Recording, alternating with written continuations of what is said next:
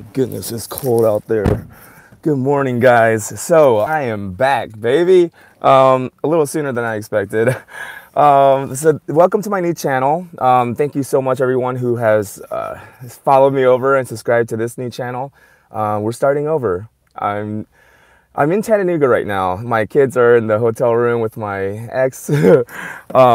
Had some breakfast, and I'm just spending a quick moment just to kind of go over what I expect this channel to be. Okay, so the last channel, it really was it was me just giving. It was me trying to teach how to groom dogs and things like that, right? But this channel, I feel like it's gonna be me. You know, it's gonna be about my journey from this point on. You know, well, this weekend I'm spending this weekend with my daughters here in Chattanooga. Next weekend, I'm going to be going to Boston to groom a dog who has been recently rescued, gets aggressive when the owner tries to groom him.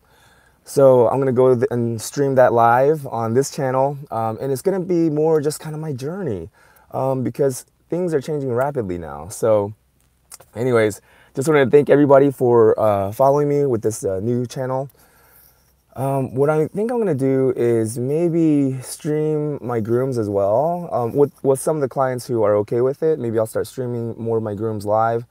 And I'm just gonna be more just sharing more of myself, my thoughts and things like that. Debbie, what's up, Debbie Wolf? Glad to see you too. So thank you so much. I'm just gonna, yeah, I'm really just gonna be raw, just be myself, and just document the things that I'm feeling, especially at the airport. Just kind of go over. I want to almost make it like my own reality TV show, but on YouTube. So you guys can follow me if you like. Just kind of get to know me, get to know my personality, because I'm pretty weird, and I acknowledge that. I'm a very strange person. And here's the amazing thing. I feel like we're starting a YouTube like revolution. As far as in the grooming industry. Before, I remember a lot of groomers were attacking me. 7 years ago, when I first started this channel and I started putting out all this information, I would go to the trade shows, learn stuff at the workshops, and then I would share it on YouTube. And some of the groomers actually got really upset with me. I got emails. Some people were downright threatening. Other people were just upset. They're like, why would you just give this information away? It's, we sacrifice so much to get this information. It's so valuable. Why would... And it's like, that's why I'm giving away, because it is so valuable, because it would help people. Dorma says, good luck with your fresh start. Thank you. Bargill, what's up? June, let's make a deal. Once I become an experienced groomer, you'd better be on TV. Maybe. I mean, but here's the thing. I don't think that it has to be me. Because the thing is, we've opened the door now. The only reason why I went back to the negative place 7 years ago, well, even 5 years ago, groomers attacking me and everything. Don't keep, stop putting stuff out there. But now, guess what? We got Go Groomer, we got Amy, we got Grooms by Janine Palmetier. That's a great channel as well. I just watched the video about her, how she became a groomer. Oh my goodness, game over. I mean, there's not going to be any more story time by June anymore, because story time by Janine is killer. Grooms by Nicole, she has another channel that she started. Oh my God, it's cold in here. Oh, I came in the car because it was a little bit warmer than outside, but oh my God, I'm like, oh, look at this. Oh my God, look at my arm. I never thought my arm would actually look anything other than flabby and fat. But holy cow, anyways. Even last night, I took my shirt off and I showed my girls. I was like, oh my God. I was like, look at this, girls.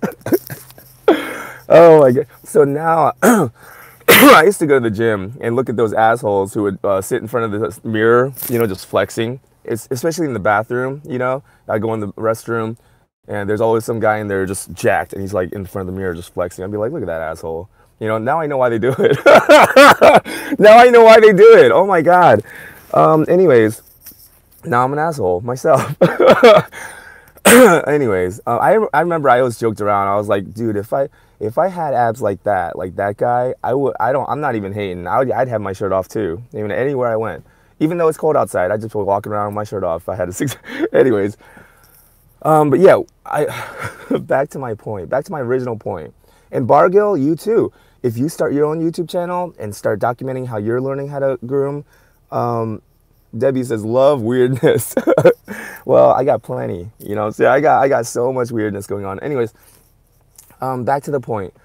There are so many great grooming channels now where people are just sharing their information and they're not being cheesy with it. If you want to learn more, click the link. I got courses you can buy. I got stuff you know. It's like they're not being cheesy like that. You know, they're like Grooms by Janine, Janine Palmatier, and Grooms by Nicole. She did a really great video, 6 things that she wished she knew before she got into grooming. I'd check that out if I was you.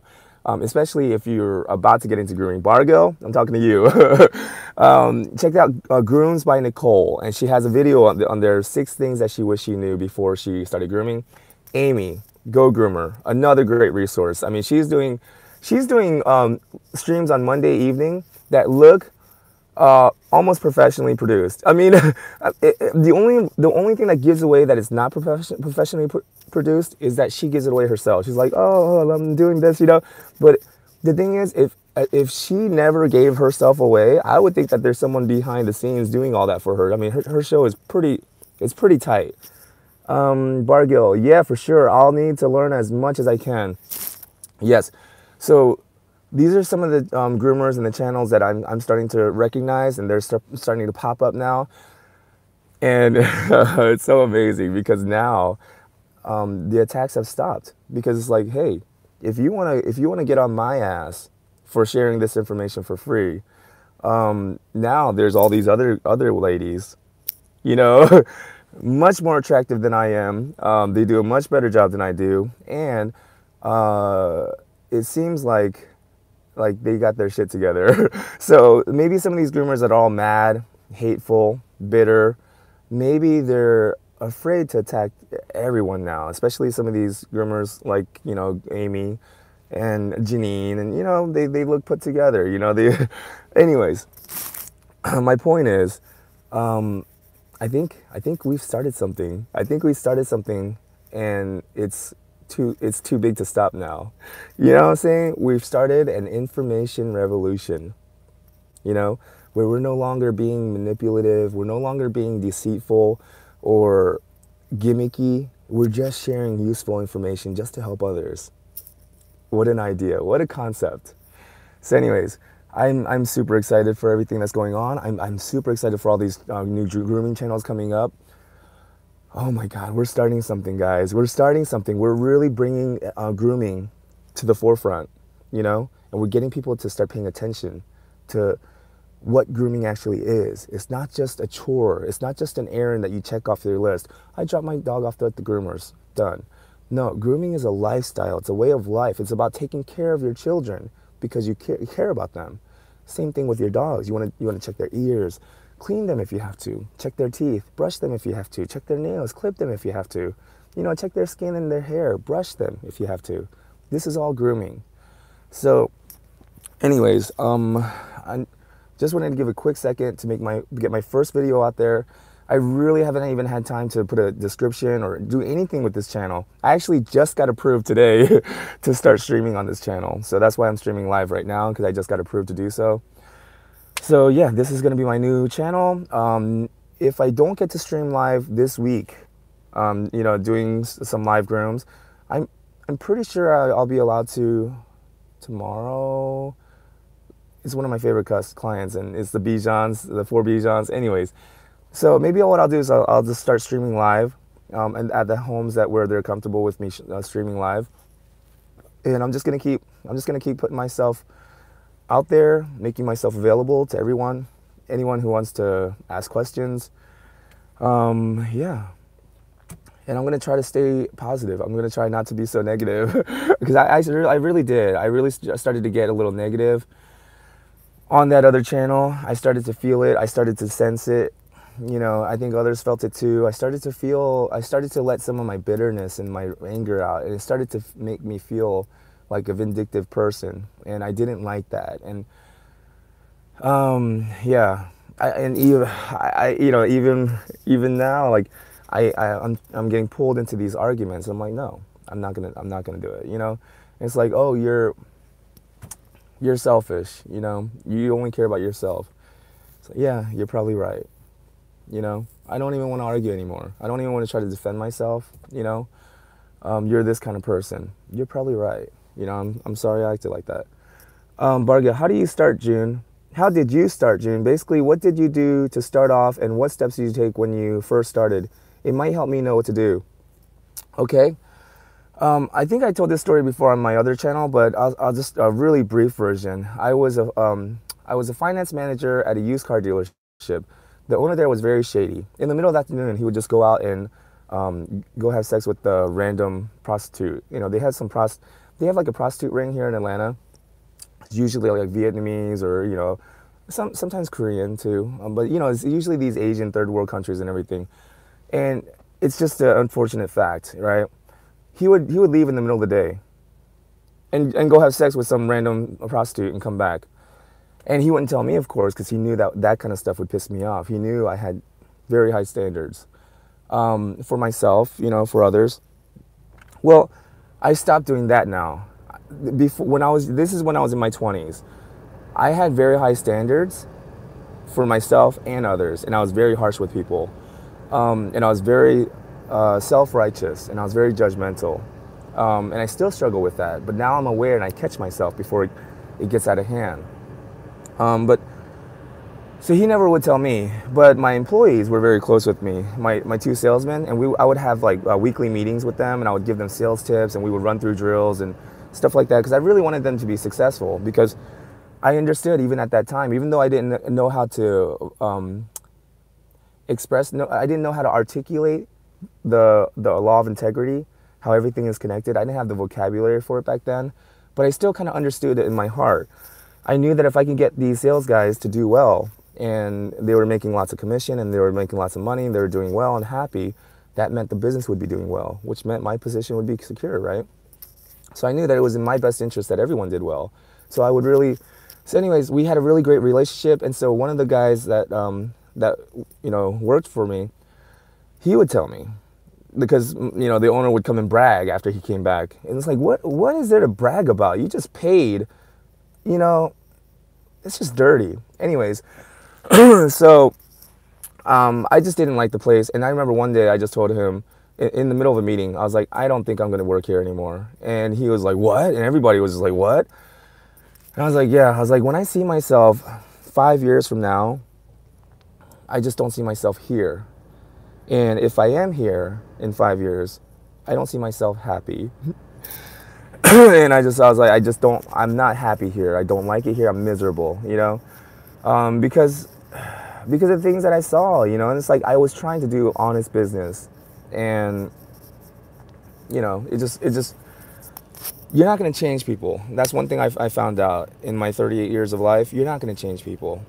You know, it's hard when you realize how almost impossible it is to change yourself. Almost, it's not impossible, but it's damn near impossible.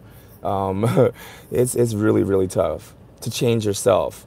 Once you realize once you come to grips with that, how difficult it is to even control and change yourself, that's when you realize changing others is hopeless. But so I left, and then I went to Nissan because I wanted to work at a reputable dealership now, you know, where I didn't have to worry about the owner going off in the middle of the day and having sex with the prostitute. And ripping people off, you know, and being sleazy.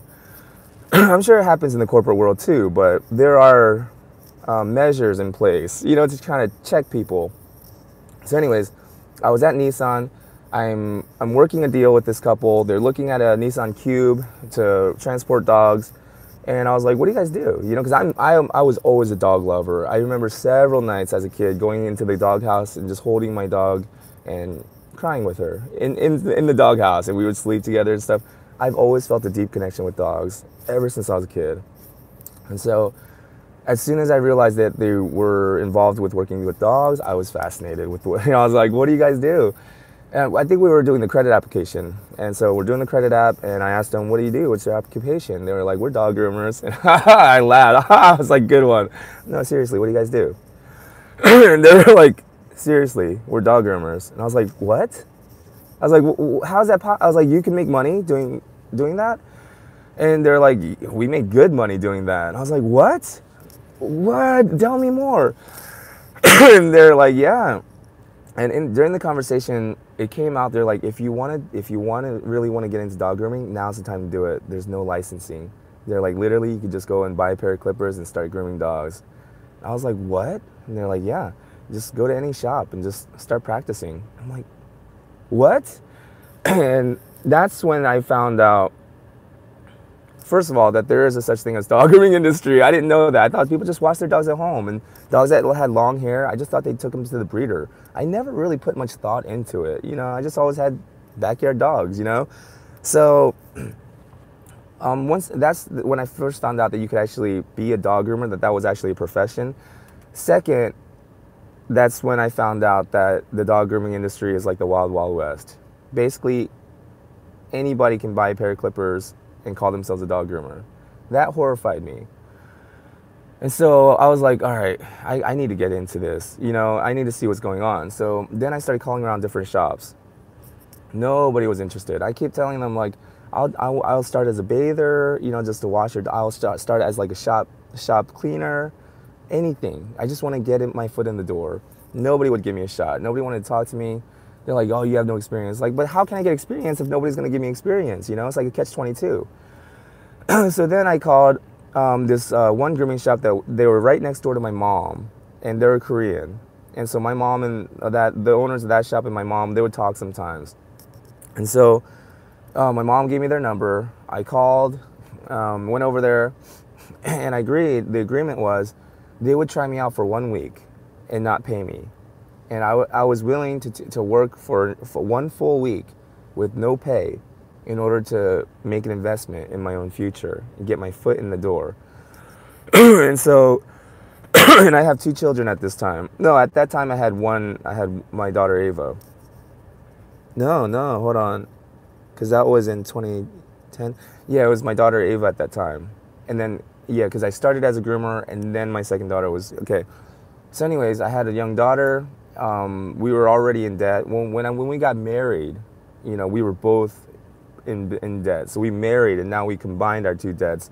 And now together, combined, our debts become a big giant one. Anyways, so we were already kind of struggling financially. Here I am taking a step back in pay, not only taking less in pay once I get paid, but I'm going a full week without pay. And so it was very difficult. There was a lot of arguing. There was a lot of, you know, the fuck you think you're doing, you know? Even my friends, they're like, are you fucking crazy? What the fuck are you doing, you know? And I was just like, I don't know. I feel it. You know, you can't explain to somebody else a deep inner desire, this feeling that you have, and you cannot put it in them either. So they can't ever feel it for you. So anyways, nobody's ever going to be able to relate when you feel this calling inside to do something, and it doesn't make sense to anybody else. That's your mountain to climb. And like Jim Rohn says, everybody's going to tell you you're crazy, you're stupid, but you say, I don't care, that is my mountain. I'm going to climb it, and I'm not coming back. You'll either find me at the top or dead along the way, but I'm not coming back. That's my mountain to climb. And you go, right? And so that's what I did. And so then I worked a week there. It was miserable, but I was like, I got to do this, right? Bargil, I've got to go, unfortunately. I'll come back and hear what you said. Okay, perfect. Well, I'll just end it right there. I'm kidding. But anyways, so I worked there. The owner was horrible. He would beat up dogs regularly. One time I had to stop him from beating this Wheaton. I was washing a dog, and we're in the bathing room, and this Wheaton, if you guys know Wheatons, they're bouncing off the walls, right? Bam, bam, I hear this pop, pop, pop, right? And I look, and the dog's like, ah, you know? And so I ran over there. It was like splitting up people that are fist fighting or something, right? I run over there, I split them up. I'm like, what are you doing, you know? And he was like, you have to. He was like, dog won't listen. You have to rough him up. In Korean. He's telling me this in Korean. And now I'm getting images and flashbacks of my father. And now I want to fuck this guy up, you know? And so it just gave me this picture again of, you know, this just, you know, overbearing Korean guy beating up on a younger, innocent being that's helpless, you know, taking his anger and frustration out on it. It angered me. So anyways, I told him, back off. I was like, I'll finish this dog. You know, I was like, I was like, let's trade places. And that was the first time I ever was like firm with him, you know, because before I was just like, yeah, you know, subservient. But that's one, if you really want to see the gangster come out at me, because I grew up poor. I grew up on the streets. Let's just be real. The guys that I hung out with when I was 7 years old, they were these older guys. They were criminals, okay? But I looked up to them because they were strong male figures, and they took care of me when I was like 7, 8 years old. And so I grew up with guys. I mean, I remember this one guy. I was like 7 years old, and he sits down. He's like, fucking, this motherfucking, all this shit and fucking, and I'm just like, I remember thinking, is he ever gonna say a word that's not a curse word? I mean, he's stringing together entire sentences with just curse words. Anyways, that's how I grew up. I grew up watching people fist fight all the time. It was just a way of life. It was how you survived in the streets, okay? So, but I've tucked that deep down inside of me. I don't ever want that to come out. But the times where I lose control and it comes out are times when I see people, when I see a bully beating up on a nerd. Watch out. They called me bully killer. I actually wore that title with pride. I actually would tell all the nerds, like, trust me, just if anybody bothers you, just let me know. You know who I am, right? I'm the bully killer. So I was the bully to the bullies because I just fucking hate that. And anyways, so it just reminded me of that when he was beating up that Wheaton. This Wheaton, he wasn't little, but this Wheaton was innocent. He was scared. He didn't know what was going on. Now he's getting beat up. These owners aren't paying for that. So that's when I shoved him off, and I was like, back off. I was like, don't do that. You know, and he was like, you have to do that, you know, and I was like, no, you don't have to do that. And if you have to do that, then I have to fuck you up. And then he was saying, and I was like, the owners aren't paying for that. I was like, the owners are not paying you to hit their dogs. And he was like, they'll never know. He's like, the owners don't know. The dogs can't talk. I was like, that's where you're wrong. I was like, you think the owners don't know, but the owners actually, hey, what's up, Rachel? Skyart is here. Okay, well, I don't want to skip people's. Dormises says, your philosophy is lovely and what is needed by the human race. Thank you. Wow, thank you so much, Dormises. Debbie Wolf, I know the feeling. You're right there. No words to describe it. Perfect. So that's what happened. And I was like, oh my God, I will follow you forever, dude. Wow, thank you, Rachel. That means so much to me. What's up, Nicole? I was just talking about you. Oh my goodness. Hey guys, don't tell Nicole what I said about her, okay? I still want her to like me. I'm kidding. Okay, so back to the story. So I shoved him off and I told him, that's where you're wrong. I was like, you think owners don't know what you did to their dog, but they know. It's like their dogs, they can tell something's up. They don't say anything to you because they're uncomfortable or maybe they're too nice and they don't really know all the facts. They don't have evidence, so they can't actually say anything to you, but they know what's up. They know that something happened. Grooms went, hi, June, I just popped in, but I'm leaving for work right now. Okay, fine. Go, Nicole. Go. Fine then. Leave me. I was kidding. I'm kidding.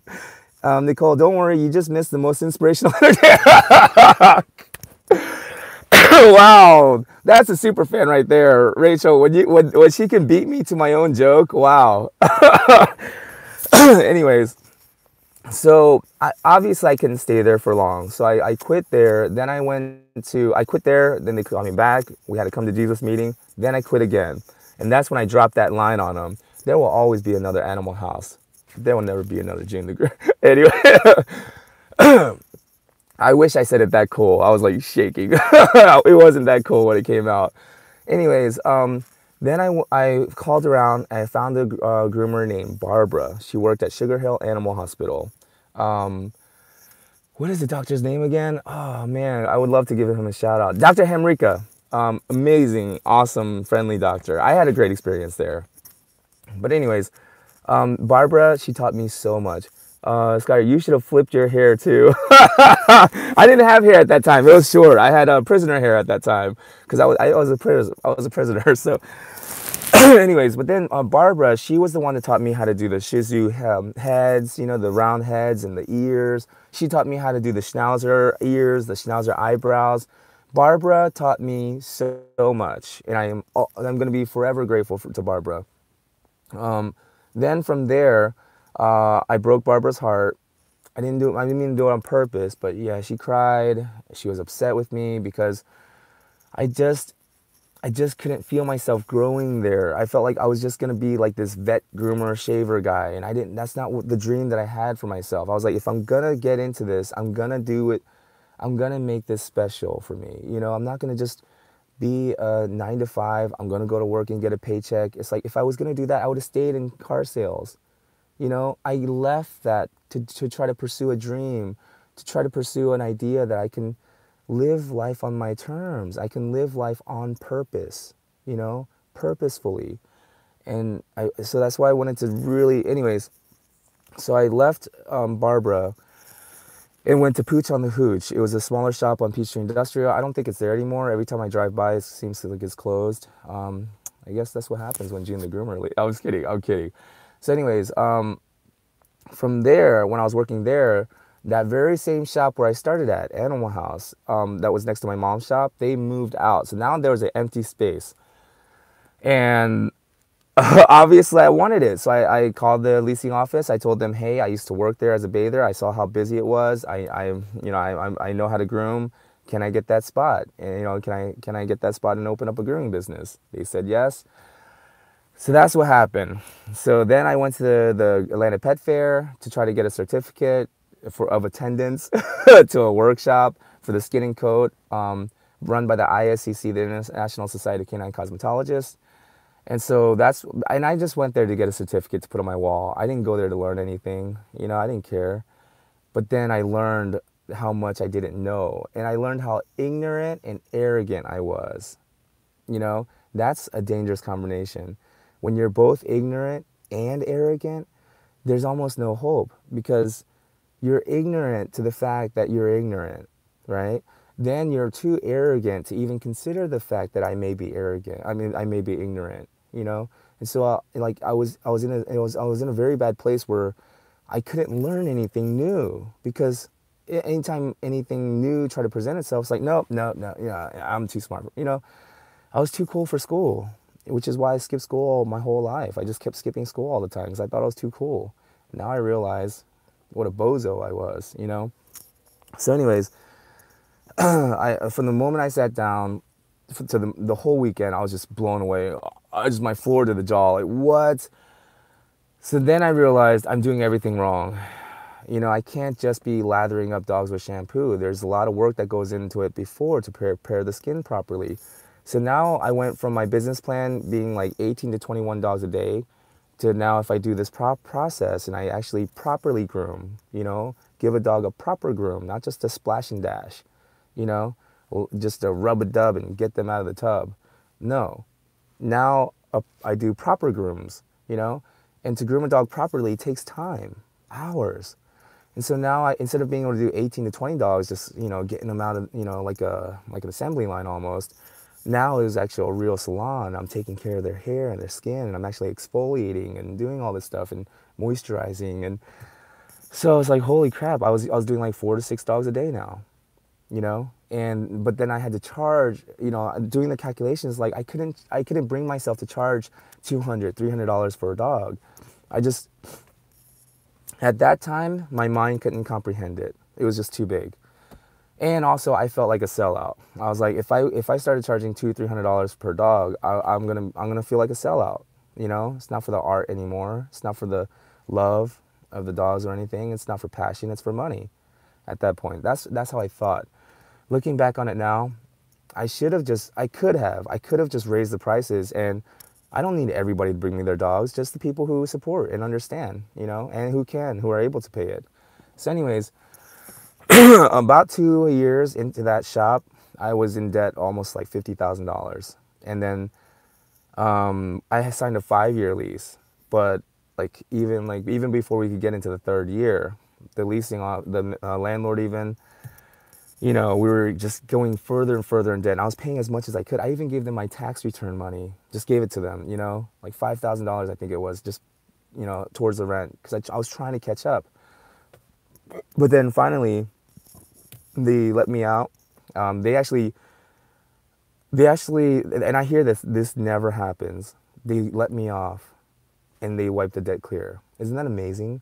I still had lots of debt, about $20,000 in debt and other debts, you know, that I accrued. But to the landlord, that could have really, I could still be in a lot of hardship right now because of that. But I honestly believe, and they even told me, it's because we saw that it wasn't a lack of effort. You know, we were there at 6 in the morning. We left at 11 o'clock at night. They had parking attendants checking the cars. It was all documented. They saw how hard we worked. The property manager brought me her 2 dogs and stayed and watched me groom her 2 schnauzers. It took me like 4 or 5 hours each. She stayed the entire day and watched me. And that's when they were like, I don't remember exactly how she put it, but she was like, June, you're not running a business here. And I was like, oh, I was like, you know, this is not good. And she was like, you're not running a business. She was like, you're working a mission. She was like, you are working a passion project. You know, she was like, you're not in the right place for this, you know? And so they let me off the lease. This paperwork that I signed, basically in legal terms, big legal jargon, said, this never happened, basically. In one sentence, that's basically what it said. This never happened. And I signed it. And then the debt was wiped clean. Okay. Skyer says, sorry, June, I have to go now. Oh, it's okay, Rachel. Thank you so much for sticking around. Thank you for saying hi. But anyways, so that's what happened there. So then I lost the shop. Well, I didn't really lose it, but you know what I mean. So I walked away from that shop. And then I started making house calls. Actually, the crazy thing is I called Barbara and I was like, Barbara, I'm in trouble. I lost my shop. I don't have any money for groceries. You know, I was like, I need some money for at least for groceries and gas. You know, can you help me? She was like, get your ass over here. You know, she had a salon. So I went over to her work at her salon, and then her partner, Angela, was the one that was like, why don't you just do house calls? And I was like, what?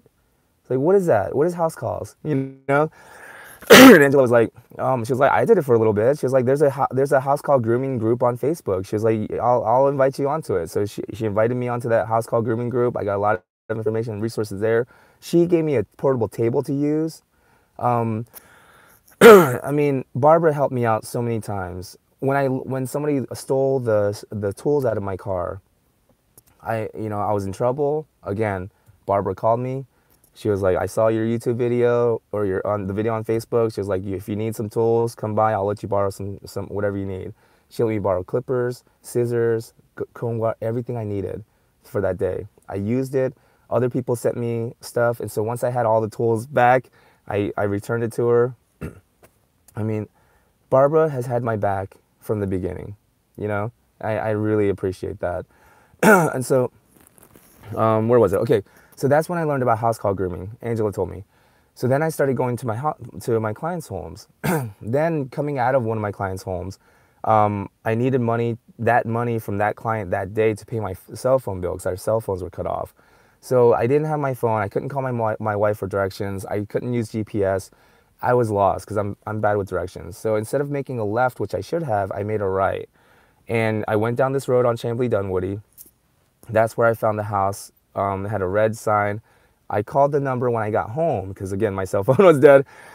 But I did take a picture of the number. I went home and called them, and we worked it out. Ended up in that house, groomed there. That's where the dog ran away, that story I told. That's where a lot of things happened. And then it was a struggle, but then we started to get back on our feet, and then we had to go out west for an emergency, you know, my in-laws and, you know, everything, family emergency out there. So we went out there, and while I was out there, I tried several different things. I tried to manage a shop. That didn't work because we got shut down by the health department because they never got an inspection done. And then we tried to open up our own shop. That didn't work because we had no credit. We had no money. Then we went up to Utah to try to work with, you know, this big name dog trainer. That didn't work out. Long story there. I don't even know. I don't know if I'll ever be ready to get into that story because I still don't know a way to tell that story without feeling angry. So I think I'm not ready to tell that story yet. But anyways, went back down to Arizona. And then that's where I worked at Pet Club and met Melissa. She was a regional manager there, and then I worked at one of her locations. Then I managed another location, and then from there we moved back to Atlanta, and then I got fired from 2 different places as soon as I got back here. Well, actually, the first place I walked away, I kind of quit, but then she kind of was like, "No, you can't quit. I fired you." And it's like, okay, whatever, you know. Then the next one I got fired, and then the client that was supposed to come that week that I got fired, she was like, "Why don't you just come over to my house?" So that's when I did that. I went back. I went back to house calls about 3 years ago. It's about 3 years now. So yes, started with that one client, then her friend, and then I called a few other people that I still had their contact numbers. Because when we moved out west, I shredded all the information. So I had no clients' information because I didn't want that to get out, you know. So I shredded everything before I left. So when I got back, I didn't have anybody's information. And so the few people's information that I had on my phone, I contacted them. A lot of people ignored me. And I found out why. It's because when we left, I didn't tell them why we were leaving so suddenly. And I just made it sound like I was going to go try to pursue show grooming and stuff, get competitions. So a lot of my clients here kind of felt like, you know, that I was full of shit, that my words didn't match my actions. I said that I cared. I said it was about all the relationship and the money, and the money didn't matter and all this stuff. But then here I go, just drop them at the drop of a hat, and I go out west, try to become a famous show groomer. You know, I can see where the misunderstanding could have happened. And that's why an important lesson I took away from that, always tell the truth. Just be honest. Even if it makes you look bad or it makes other people, even if people might be upset with you, whatever, honesty is the best policy. Just tell the truth. And people will be more than, you know, they're more than understanding. Because when I came back and I started, you know, when I'm in my client's house grooming for like 5-6 hours, you know, it gives us time to talk. So they asked what happened. I told them what happened, you know, and then word got back around because they all talk. They're all friends. They all know each other. So once everyone found out what happened and why I had to leave, then everyone started to, you know, they forgave me, and then they were understanding, and I started to get all my clients back. Now I have, now I have 3 famous people on my schedule.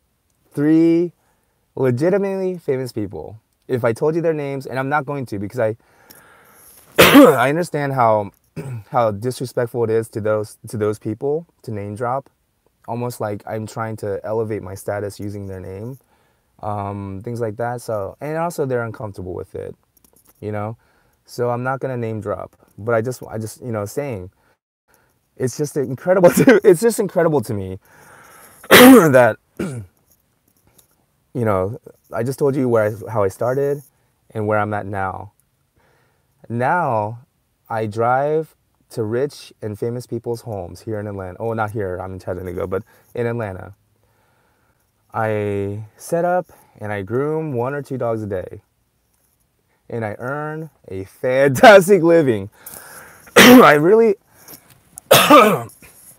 these days, I feel like almost a deep connection to history, like to the artists of the past, you know, like Michelangelo, Leonardo, you know, not that I'm not saying that I am their level or anything. I'm just saying I feel a little connection to them. Just like when I'm hunting for my arrows, when I miss the target and I'm walking around the forest looking for my arrows, I feel this deep connection with my ancestors or something. Like, wow, what if my ancestors were walking around looking for arrows because they were a bad shot too, you know?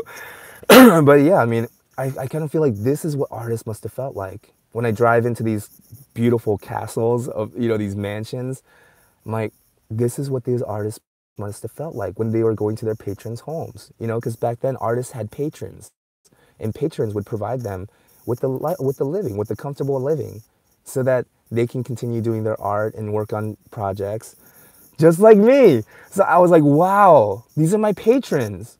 I have patrons who provide me with a comfortable lifestyle, so that I can work on passion projects like going to Boston next weekend to help that guy with the dog that's aggressive, you know? and I'm looking at going to California maybe in May. But the next weekend that I have available, May 18th and 19th, yeah, it's still open. It's nothing set yet. There is someone in California. We're kind of talking, but nothing's set yet. So in May, I still have a weekend open. If anybody's interested, all I'm asking is that you pay for my plane ticket. And if I'm not able to, if they don't have an extra room in your home that I can stay in, and if you're weird about that, then a hotel room. So that's all I require. Plane ticket, hotel, or a place to stay. And I will pay for everything else. I'll pay for my Uber, I'll pay for my transportation while I'm there, I'll pay for my food while I'm there, I'll pay for everything else. All you have to do is provide me with the travel, travel and lodging, and I will help you with your aggressive dogs or problem dogs. I don't want to say just aggression, because sometimes fear and that terror when dogs act so frightened, that's also a huge challenge. It's almost a bigger challenge than an aggressive dog. And aggressive dogs, usually they're pretty easy. Once you can establish trust and they trust you and there's respect both ways, usually it's easy, it's fine. Getting to that part is a little bit difficult, but with aggressive dogs, once they trust you, boom. But with fearful dogs, when they're terrified, oh man, because again, you need to get that trust built. But it's really, really difficult to get a terrified dog to trust you. First you got to get them to calm down first so they can actually think rationally. But anyways, so yeah, that's where I'm at right now. Wow. So I like my story so much, I wanted to hear it again. Dorma says, your life is such an amazing journey, and with your generous honesty, you will go further than most. Wow. That's the thing. It's like, I've already feel like I've gone further than I ever expected to go in my life. I'm like, I could just check out right now. Literally, every single day I'm alive, I consider it a bonus day. I just consider it like another extra day that I get to live, and I'm grateful for it, because there have been so many times I almost died. I mean, starting from when I was a kid, I fell off the third-story window of a apartment building, like one of those buildings in New York, in Manhattan, where there's businesses on the bottom, on the street level, and then there's people living on top. It was 77th and 3rd, I believe. I fell out of that story, out of the third-story window when I was a baby, like 3 years old. Explains a lot, right? People are like, that's why he's so weird. But yeah, I survived. Then when I was a little older, we were at a flea market, and this big lady was dragging me out. She was gonna kidnap me. And my mom heard me screaming and crying. She ran to where that noise was coming from. That's when she said the lady had her door open. She was going halfway out the door with me, dragging me behind her. And my mom ran over to her and she was like, oh, I was looking for you. I was looking, he looked like he was lost and he was looking for his mom. I thought maybe you were out in the parking lot. Bullshit. I almost got kidnapped as a kid. And with this face, holy cow, I wouldn't have made it. Anyways, so that happened. When I went to Korea when I was 11 years old, I almost drowned twice. One time in the ocean, my feet got stuck in the muck in Incheon, the beach of Incheon. It's really murky. And your feet get sucked into the like mud in there on the floor, and it won't come out. And then the tide took me out. I went further than I was comfortable with, and when the wave went over me, it pushed me down. My feet got stuck in the mud, and I couldn't come back up. And my hands were up, and I remember a split second, and this is really crazy. This is really weird. I didn't expect it. I laughed. The moment before I thought I was about to drown to death, I remember I laughed. Isn't that interesting? I still feel confused about that. I don't know why I felt like it was funny. It was really weird. Because I remember first it was panic, it was terror. And I was thinking, I'm gonna die. I can't get out. I was freaking out. And then all of a sudden it was just this like feeling of acceptance just washed over me. I was just like, wow, I'm about to die. And I just thought how funny this was. It's crazy just to think about it. But anyways, my cousin was there. He saw my hands up, and so he literally pulled me out of there.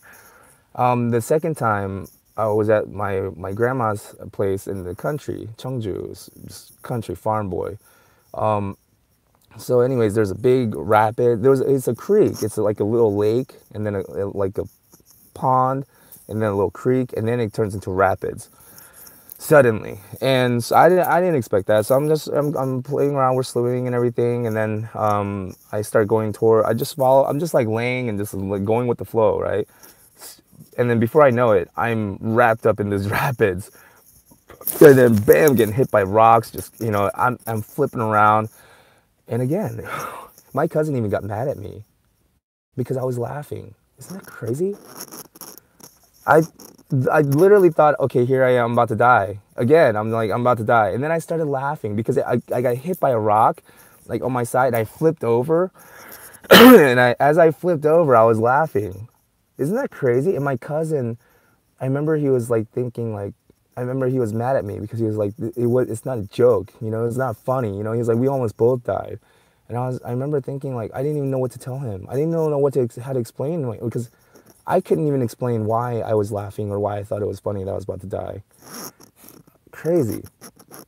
But then, yeah, and then most recently, a few years ago, when I was driving back from, a couple years ago, when I was driving back from Las Vegas, in my Pacifica, that old car that broke down on the way there, and then I was driving back with the broken down car. It was overheating, I was hot, couldn't go more than 35 miles per hour, especially on an uphill. I kept having to pull the car off to the side so I could give it a break. It took me like 6 days to get back home. But during that time, I almost drove off the road a couple times. I almost drove under a truck. So yeah, it just seems like my whole life has been like that.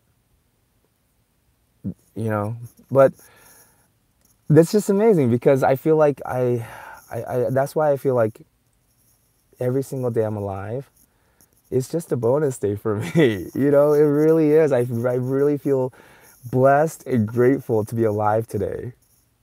And that's why, I think that's why there's a lot of people that are frustrated with me, my mom especially. Like, why do you live your life like that? They keep asking me, like it's some sort of story, like it's some sort of adventure. So like, life is not, you're supposed to be responsible. You're supposed to do this. Stop. Like, when are you going to stop playing around with your life? That's why my mom always asks me, when are you going to stop playing around on YouTube and all this stuff? Like, when are you going to actually take your life seriously? It's like, I guess I'm not, Mom. I'm sorry, Mom, but I'm not going to take life seriously. I don't think I ever have. I think maybe that's why every time I was about to die, I laughed about it, because maybe I thought it was funny.